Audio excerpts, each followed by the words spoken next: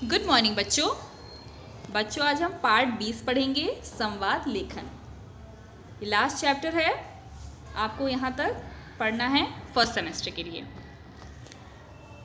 तो आइए हम पढ़ते हैं। हम अपने विचारों या भावों को दो प्रकार से प्रकट करते हैं। कैसे आप जानते हैं? मौखिक रूप से या लिखित रूप से, बोलकर या लिखकर। नाटकों, भाषणों, विचार गोष्ठियों आदि में भाषा के मौखिक रूप का प्रयोग किया जाता है। संवादों में भी भाषा के मौखिक रूप का ही प्रयोग किया जाता है। बातचीत या वार्तालाप को संवाद कहा जाता है। वार्तालाप में संवादों का विशिष्ट स्थान है। इनके द्वारा वार्तालाप आकर्षक बन जाती है। अतः संवाद लिखते समय निम्नलिखित बातों का ध्यान रखना चाहिए। पहला है, संवाद छोटे व रोचक होने चाहिए। संवादों की भाषा सरल व बोलचाल की होनी चाहिए। संवादों में स्वाभाविकता बनी रहनी चाहिए। संवाद विषय से संबंधित हो।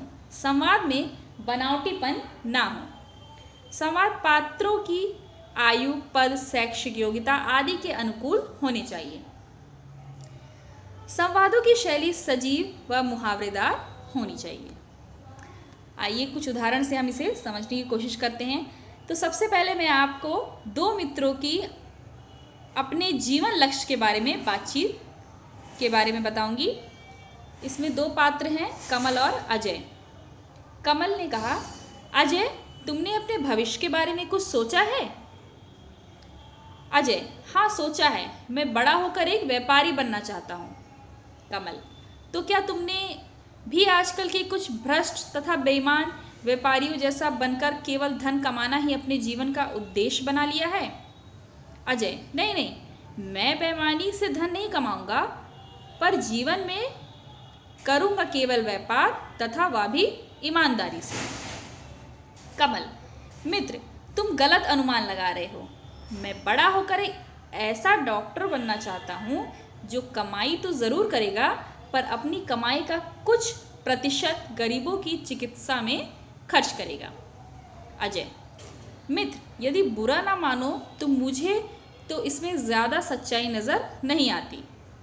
कमल, यदि मैं डॉक्टर बन गया तो तुम स्वयं देख लेना, मेरे जीवन का लक्ष्य यही होगा। तो आपने देखा कमल और अजय के बीच में बातचीत कैसे हुई। अब आइए दूसरा उदाहरण देखते हैं। परीक्षा निकट आने पर दो मित्रों के बीच संवाद। दो मित्र परीक्षा निकट आने पर क्या बातचीत कर रहे हैं, क्या वार्तालाप कर रहे हैं, आइए देखते हैं। इसमें भी दो हैं पात्र, मनोज और मोहन।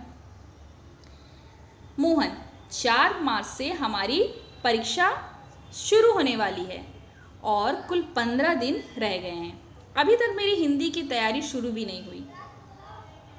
क्या करूं, कुछ समझ में नहीं आता। मनोज, ऐसा क्यों, हिंदी अच्छी नहीं लगती क्या? मोहन, नहीं ऐसी बात तो नहीं है, पर विज्ञान, गणित और अंग्रेजी की पढ़ाई से फुर्सत मिले तब ना। सामाजिक विज्ञान में भी इतना रटना पड़ता है कि क्या बताऊं। मनोज, लेकिन इस प्रकार हिंदी को ताक पर उठाकर रख देना भी उचित नहीं।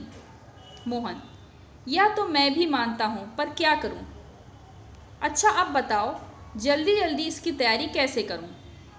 मनोज, सुनो, अब प्रतिदिन कम से कम 2 घंटे हिंदी के लिए रखो और पहले पाठ्य पुस्तक के पाठों को ध्यान से पढ़ो और अपनी कॉपी में किए गए प्रश्नोत्तर याद करो। फिर व्याकरण को खूब ध्यान से पढ़ो। अगर एक बार उसके नियम समझ में आ जाएं तो फिर उन्हें याद करना कोई मुश्किल काम नहीं। तो ये आपने बातचीत देखी मनोज और मोहन के बारे में, मोहन कैसे बातचीत की और कमल और अजय।